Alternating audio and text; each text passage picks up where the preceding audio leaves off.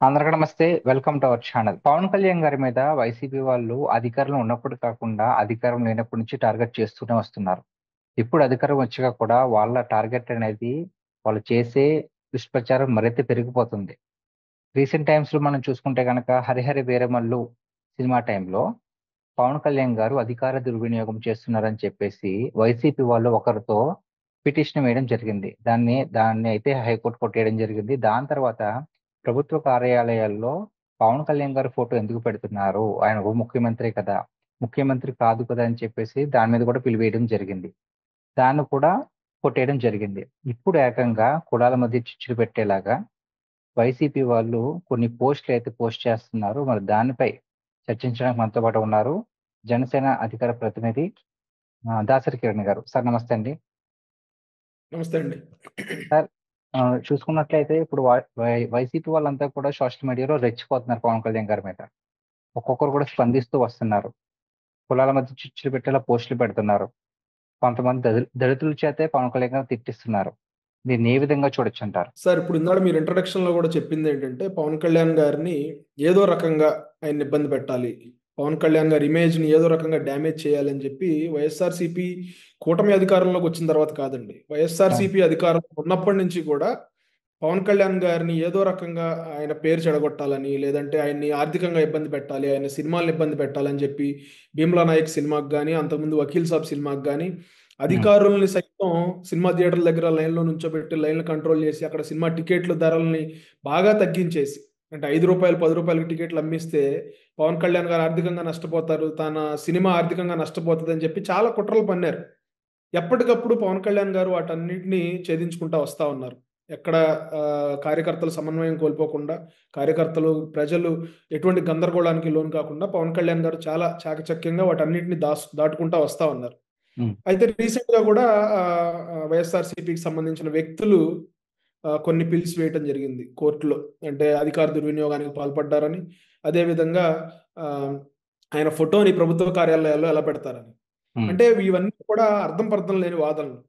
ఎక్కడా కూడా వాళ్ళు ఆధారాలతో నిరూపించలేకపోయారు అధికార దుర్వినియోగానికి పాల్పడ్డామని. పవన్ కళ్యాణ్ గారు ఈ రోజున ఉప ముఖ్యమంత్రిగా సినిమాలు చేయటం గాదు. గతంలో ఎన్టీ రామారావు గారు ఆయన ముఖ్యమంత్రిగా ఉండి కూడా సినిమాలు తీసినప్పుడు, అప్పుడు కూడా కొంతమంది కుహానా మేధావులు ఇట్లానే కోర్టులో కేసులేస్తే అప్పుడు కోర్టు ముట్టికేలేసింది. సేమ్ ఇప్పుడు కేవలం పవన్ కళ్యాణ్ గారి మీద దుష్ప్రచారం చేస్తే లైమ్ లైట్‌లోకి వస్తామని, లేకపోతే పవన్ కళ్యాణ్ గారి మీద ఇష్టం వచ్చినట్టు మాట్లాడితే జగన్మోహన్ రెడ్డి గారు పిలిచి మేకతోలు కప్పి సన్మానం చేస్తాడని చెప్పి కొంతమంది పని పాట లేని కుహానా మేధావుల ముసుగులో ఉన్న కొంతమంది పనికిమాలిన వ్యక్తులు ఈ రోజున కోర్టుల చేతిలో మళ్ళీ తిట్లు తినటం జరిగింది. దీన్ని బట్టి మనకేమర్థం అవుతుందంటే, ఏదో రకంగా పవన్ కళ్యాణ్ గారిని తిడితే డబ్బులొస్తాయనో, లేతే పవన్ కళ్యాణ్ గారిని తిడితే లైమ్‌లైట్‌లోకి వస్తామనో, లేతే పవన్ కళ్యాణ్ గారిని తిడితే పేరు ప్రఖ్యాతులొస్తాయనో, లేకపోతే జగన్మోహన్ రెడ్డి గారు లాంటి వాళ్ళు పిలిచి 4 బిస్కెట్‌లేస్తారనో, వీళ్ళందరూ కూడా ఇలాంటి కార్యక్రమాలు చేస్తా ఉన్నారని అయితే మనకి చాలా క్లారిటీగా అర్థమవుతా ఉంది. అయితే ఓకే. గడిచిన వారం 10 రోజులుగా వైఎస్ఆర్‌సీపీ కేంద్ర కార్యాలయం నుంచి, లేకపోతే వైఎస్ఆర్‌సీపీ సోషల్ మీడియా, లేకపోతే వైఎస్ఆర్‌సీపీ కార్యకర్తలు విపరీతంగా కొంత ఒక స్ట్రాటజిక్‌గా కొన్ని కులాల మధ్యలో చిచ్చు పెట్టాలని, మతాల మధ్యలో చిచ్చు పెట్టాలని వాళ్ళు విశ్వ ప్రయత్నాలు చేస్తా ఉన్నారు. దీన్ని బట్టి చూస్తా ఉంటే మాకేమర్థం అవుతా ఉందంటే, జగన్మోహన్ రెడ్డి గారు అధికారంలో ఉన్నప్పుడు ఎంత భయంకరమైన ఆలోచన విధానంతో ఆయన ఆపరేట్ చేశారో స్టేట్‌ని, దానికి మించి ఈ రోజున ఆయన ప్రతిపక్షంలో ఉన్నప్పుడు స్టేట్‌లో గొడవలు జరగాలని, స్టేట్‌లో అల్లర్లు జరగాలని, కులాల మధ్యలో గొడవలు జరగాలని, లా అండ్ ఆర్డర్ సిట్యుయేషన్ తీసుకురావాలని, మతాల మధ్యన గొడవలు పెట్టాలని, అదేవిధంగా ఇన్వెస్టర్స్ మన రాష్ట్రానికి రాకుండా, పెట్టుబడులు మన రాష్ట్రానికి రాకుండా పారిపోవాలని చెప్పి, వాళ్ళని కూడా ఓపెన్‌గా బెదిరిస్తా ఉన్నాడు. మీరు ఈ రోజున టెండర్‌లోకి వస్తే, నేను మళ్ళీ అధికారంలోకి వచ్చిన తర్వాత వాటన్నిటిని రద్దు చేస్తాను. మీరంతా నష్టపోవాలని చెప్తా ఉన్నాడు. ఇన్వెస్టర్లు మన రాష్ట్రానికొస్తే, మీరు ఈ రోజున వచ్చి ఇన్వెస్ట్ చేస్తే రేపొద్దున మళ్ళీ మేము వచ్చిన తర్వాత మీరు కాన్సిక్వెన్సెస్ ఫేస్ చేయాలని చెప్పి వాళ్ళని బెదిరిస్తా ఉన్నాడు. ఓ పక్కన పోలీస్ వ్యవస్థని మీరెక్కడ దాక్కున్నా సరే వచ్చి మిమ్మల్ని ఈ రోజున వైఎస్ఆర్‌సీపీ కార్యకర్తలను ఎవరినన్నా తప్పు చేస్తే అరెస్ట్ చేయండి అనేది వేరు. హ్మ్. తప్పు చేసినా, చేయకపోయినా మా కార్యకర్తల జోలికొస్తే మీరు మీరెక్కడ దాక్కున్నా కూడా రిటైర్ అయిపోయినా కూడా మిమ్మల్ని మళ్ళీ తీసుకొచ్చి మిమ్మల్ని హింసిస్తాను అనే విధంగా ఆయన ఆలోచన ఉంది ఈ రోజున. ఆయన కార్యాచరణ అలాగే ఉంది. అదే మనం చూసుకుంటే గడిచిన కొన్ని రోజులుగా కొన్ని కులాల మధ్యలో చిచ్చు పెట్టి, పవన్ కళ్యాణ్ గారిని కొన్ని యూట్యూబ్ ఛానెల్స్‌ని అడ్డం పెట్టుకొని పవన్ కళ్యాణ్ గారిని వాళ్ళ కార్యకర్తలతోనే తిట్టించి ఉమ్, మేము పవన్ కళ్యాణ్ గారిని చాలా అభిమానిస్తాం సార్. ఇప్పుడు అవునండి. వైఎస్ఆర్సీపీ జగన్మోహన్ రెడ్డి గారిని అభిమానించవచ్చు. ఉమ్, ఇప్పుడు వాళ్ళ కార్యకర్తలతో మీరు ప్రశ్నిస్తున్నాం అనే ఒక కారణం చెప్పి మీరు ప్రశ్నించండి. మీరు ప్రశ్నిస్తే హుందాగా, భాష బాగుండి, మీరు విధానపరమైన ప్రశ్నిస్తే, లేదంటే పాలసీ పరంగా ప్రశ్నిస్తే దానికి మేమందరం కూడా సమాధానం చెప్పడానికి సిద్ధంగా ఉన్నాం. ఆ ప్రశ్నలన్నింటినీ తీసుకోవడానికి మేము సిద్ధంగా ఉన్నాం. కానీ ఈ రోజున కేవలం కుట్ర చేయాలి అనే ఒక ఆలోచన విధానంతో వాళ్ళతో బూతులు తిట్టించడం ఎంతవరకు సమంజసం అని చెప్పి సందర్భంగా నేను అడుగుతా ఉన్నా. ఉమ్, ఎందుకంటే గతంలో వైఎస్ఆర్సీపీ అధికారంలో ఉన్నప్పుడు మీరు బూతులు తిట్టండి పవన్ కళ్యాణ్ గారిని, మీకు మంత్రి పదవి ఇస్తా. ఈ ఉమ్, రోజున మీరు బూతులు తిట్టండి, మీరు సంఘ విద్రోహ శక్తులుగా మారండి, లేకపోతే సంఘంలో ప్రజల్ని భయభ్రాంతులకు గురి చేసే కార్యక్రమాలు చేయండి, మీకు నేను పరామర్శ చేస్తాననే విధంగా ఈ రోజున జగన్మోహన్ రెడ్డి గారు చేస్తా ఉన్నారంటే, ఎగ్జాంపుల్ మొన్న మచిలీపట్నంలో ఒక సంఘటన తీసుకోండి. అక్కడ ఒక ఆర్ఎంపీ అనే వ్యక్తి చదువుకున్న వ్యక్తే కదా, చదువులేని వ్యక్తి కాదు కదా, జ్ఞానం అవును ఉన్న సార్. వ్యక్తే కదా. ప్రశ్నించాలంటే పవన్ కళ్యాణ్ గారిని ఎన్నో రకాలుగా మంచిగా ప్రశ్నించవచ్చు. పవన్ కళ్యాణ్ గారు కూడా ఆలోచించే విధంగా, మేము కూడా ఆలోచించే విధంగా ప్రశ్నించవచ్చు. కానీ ఆ రోజున ఆ డాక్టర్ గారు, ఆర్ఎంపీ డాక్టర్ గారు, గిరిధర్ గారు అనే వ్యక్తి కేవలం పవన్ కళ్యాణ్ గారిని దూషించాలి, పవన్ కళ్యాణ్ గారిని బూతులు తిట్టాలి అనే ఒక అక్కసు వెళ్ళగక్కి కేవలం వైఎస్ఆర్సీపీ ఏదైతే ఒక భయంకరమైన క్రీడ ఆడుతా ఉందో అందులో అతన్ని అడ్డం పెట్టుకుని చేసి ఈ రోజున ఒకళ్ళిద్దరు కార్యకర్తలు అక్కడికి వెళ్ళి అతనితో క్షమాపణ చెప్పించడం జరిగింది. అంటే అది ఆయన వ్యక్తిగతమైన అభిప్రాయం కాదండి, వైసీపీ వాళ్ళే దగ్గర నుంచి చెప్పించారంటారా? సార్ ఖచ్చితంగా తర్వాత జగన్మోహన్ రెడ్డి గారు పరామర్శ చేశారు. ఉమ్, జగన్మోహన్ రెడ్డి గారు పరామర్శ చేసినప్పుడు ఎవరైతే అక్కడ బాధితుడని వీళ్ళు చెప్తా ఉన్నారో, ఎవరైతే పవన్ కళ్యాణ్ గారిని బూతులు తిట్టారో వాళ్ళు ఏం చెప్తా ఉన్నారు జగన్మోహన్ రెడ్డి గారితో? ఉమ్, సార్ మన పార్టీ కార్యకర్తలు మమ్మల్ని బాగా చూసుకున్నారు సార్ అని చెప్తా ఉన్నాడు. మన పార్టీ కార్యకర్తలు అంటే ఎవరు వాళ్ళంతా? ఇప్పుడు ఓకే. ఎవరైతే బూతులు తిట్టారో వాళ్ళు కూడా వైఎస్ఆర్సీపీయే కదా, ఉమ్, వైఎస్ఆర్ భావజాలమే కదా వాళ్ళు అక్కడ చూపించింది.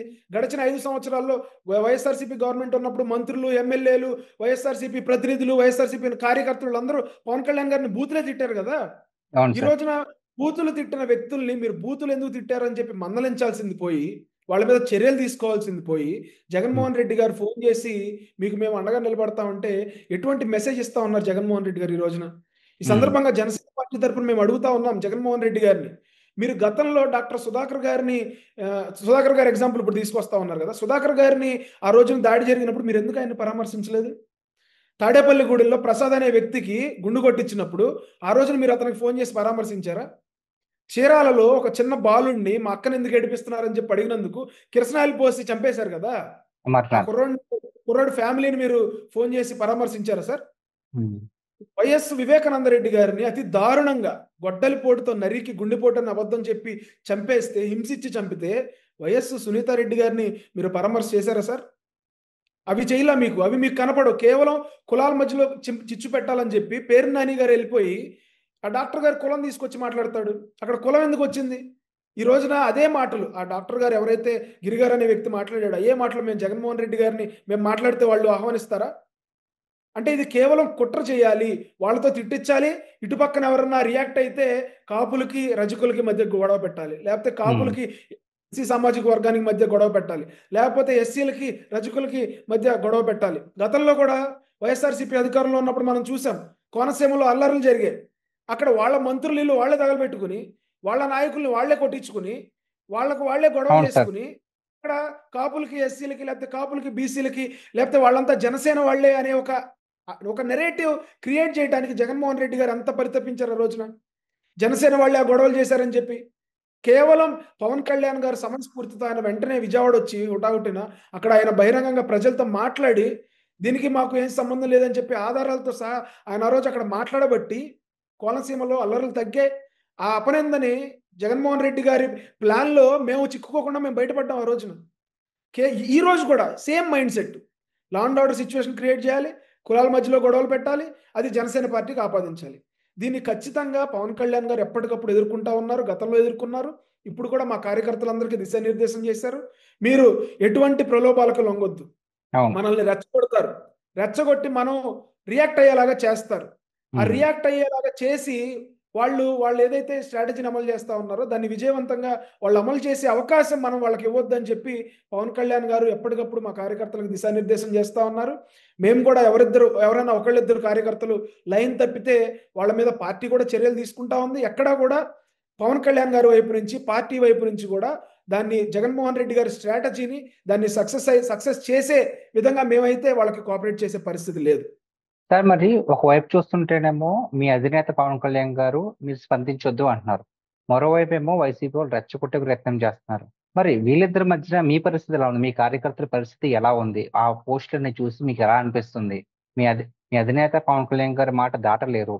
అలాగని మీరు ఎలా కంట్రోల్ చేసుకుంటున్నారు? యాజ్ ఏ కార్యకర్తగా చెప్పండి. సార్, ఖచ్చితంగా ఇప్పుడు మన ఇంట్లో వాళ్ళనో లేకపోతే మనం అభిమానించే నాయకుడినో ఎవరన్నా పదే పదే పదే పదే పదే పదే మాటలతో హింసిస్తున్నప్పుడు లేకపోతే వ్యక్తిగతంగా దూషిస్తున్నప్పుడు ఖచ్చితంగా ఆవేదన అనేది ఉంటుంది. ఉమ్, 2019 నుంచి 24 మధ్యలో జగన్మోహన్ రెడ్డి గారు ఎన్ని రకాలుగా బూతులు తిట్టించాడు, ఎన్ని రకాలుగా కుటుంబ సభ్యుల్ని అందులోకి లాక్కొచ్చి వాళ్ళని తిట్టించాడు, వాళ్ళ మీద దాడి చేస్తా ఉన్నాడు. చిన్నపిల్లలు, మహిళలను కూడా చూడకుండా వాళ్ళ మీద బహిరంగంగా బూతులు తిట్టించి కనీసం వాళ్ళ మీద చర్యలు కూడా తీసుకోవాలి. ఆ రోజు నుంచి కూడా మాకు పవన్ కళ్యాణ్ గారు నేర్పింది ఏంటంటే, మీరు సంయమనం కోల్పోవద్దు. నన్ను తిడతారు, నన్ను తిట్టినా కూడా నన్ను తిట్టి మిమ్మల్ని రెచ్చగొడతారు. మీరు రెచ్చగొడితే మీరు రెచ్చిపోతే మీ మీద కేసులు పెడతారు. మీరు చాలా జాగ్రత్తగా, బ్యాలెన్స్డ్గా, ఎమోషనల్గా, కంట్రోల్డ్గా ఉండాలని చెప్పి ఎప్పటికప్పుడు పవన్ కళ్యాణ్ గారు మాకు దిశానిర్దేశం చేస్తానే ఉన్నారు. ఇక్కడ ఈ సందర్భంగా మీకు ఇంకో విషయం గుర్తు చేయాలి నేను. గతంలో జగన్మోహన్ రెడ్డి గారిని ఒక పార్టీ నాయకుడు ఆ రోజు ఏదో అన్నప్పుడు, యాక్చువల్గా ఆ రోజున అన్న జగన్మోహన్ రెడ్డి గారిని కాదు, ఉమ్, కానీ గొడవలు చెయ్యాలనే ఒక ఆలోచనతో ఉన్న వైఎస్ఆర్సీపీ కార్యకర్తలు, వైఎస్ఆర్సీపీ నాయకత్వం దాన్ని జగన్మోహన్ రెడ్డి గారినే అన్నారు అని చెప్పి వాళ్ళు ఆపాదించుకుని టీడీపీ పార్టీ ఆఫీస్ మీద ఆ రోజు వాళ్ళు దాడి చేయడం జరిగింది. అద్దాలు పగలగొట్టారు, వాళ్ళ నాయకుల మీద దాడులు చేశారు. అప్పుడు ఉమ్, జగన్మోహన్ రెడ్డి గారు ఏమన్నారు గుర్తుందా సార్? నా పార్టీ కార్యకర్తలు నన్నేమన్నా అంటే వాళ్ళ మనసు నొచ్చుకుంటది, వాళ్ళు వెళ్ళి దాడులు చేస్తారు, దాన్ని ఉమ్, మనం కంట్రోల్ చేయలేమని చెప్పి వాళ్ళని వెనకేసుకొచ్చిన పరిస్థితి ఆ రోజున. కానీ ఈ రోజున పవన్ కళ్యాణ్ గారు నన్ను తిడతారు, నన్ను తిట్టి మిమ్మల్ని రెచ్చగొడతారు, మీరు రెచ్చిపోయి మీరు ఏదైనా కార్యక్రమం చేస్తే, మీరు వాళ్ళ మీద దాడికి ఏమైనా చేస్తే దాన్ని మళ్ళీ మందే తప్పన్నట్టు చిత్రీకరిస్తారు, మీరు ఆ ట్రాప్లో పడొద్దు అని చెప్పి మమ్మల్ని ఎక్కడికక్కడ కంట్రోల్ చేస్తూ దిశానిర్దేశం చేస్తా ఉన్నారు. ఇక్కడ బిట్వీన్ టూ లీడర్స్ మీరు ఆ వ్యత్యాసం ఏంటనేది చాలా కేర్ఫుల్గా అబ్జర్వ్ చేయండి.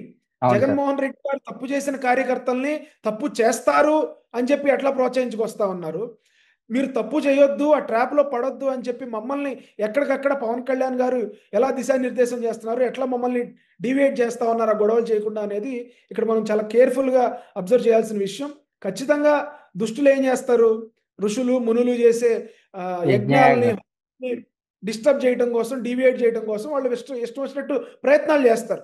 అవును కానీ సార్. మనం ఏం చేయాలంటే ఇక్కడ మనం లా అండ్ ఆర్డర్కి కట్టుబడి ఉండాలి. స్టేట్కి స్టేట్లో ఉన్న ప్రజలకి ఇబ్బంది కలగకుండా ఉండాలి. మన పార్టీకి చెడ్డ పేరు రాకుండా ఉండాలి. మన నాయకుడికి మంచి పేరు వచ్చేలాగా ఉండాలి. మనం కూడా నలుగురికి ఉపయోగపడేలాగా ఉండాలి. కాబట్టి మనం వాళ్ళు వేసే ట్రాప్లో పడొద్దు. ఈ సందర్భంగా కార్యకర్తలందరికీ, నాయకులందరికీ కూడా నేను చేసే విజ్ఞప్తి ఏంటంటే, మనం లా అండ్ ఆర్డర్ ప్రకారం పోదాం. రాజ్యాంగం మనకి కొన్ని హక్కులు కల్పించింది. మన మనోభావాలు దెబ్బతిన్నప్పుడు, లేకపోతే అవతల వాళ్ళు మనల్ని రెచ్చగొట్టే కార్యక్రమాలు చేస్తున్నప్పుడు కేసులు పెడదాం. కేసులు పెట్టేలాగా పోలీసు వారిని రిక్వెస్ట్ చేద్దాం. వాళ్ళు చేసే తప్పులన్నిటిని కూడా ఆధారాలతో సహా కోర్టుల్లో, న్యాయస్థానాల్లో, పోలీస్ స్టేషన్లో మనం సబ్మిట్ చేసి, తద్వారా ఉమ్, న్యాయబద్ధంగా వాళ్ళకి ఏ శిక్ష అయితే పడాలో ఆ శిక్ష పడేలాగా మనం కార్యాచరణ రూపొందించుకుని ఆ విధంగా మనం చేయాలి తప్ప, దాడులు అనేవి ఎవ్వరూ కూడా చేయటానికి ఆస్కారం లేదు, ఉమ్. చేయటానికి వీల్లేదు. అది మన సంస్కృతి సంప్రదాయం కాదు. Okay. Thank you so much sir.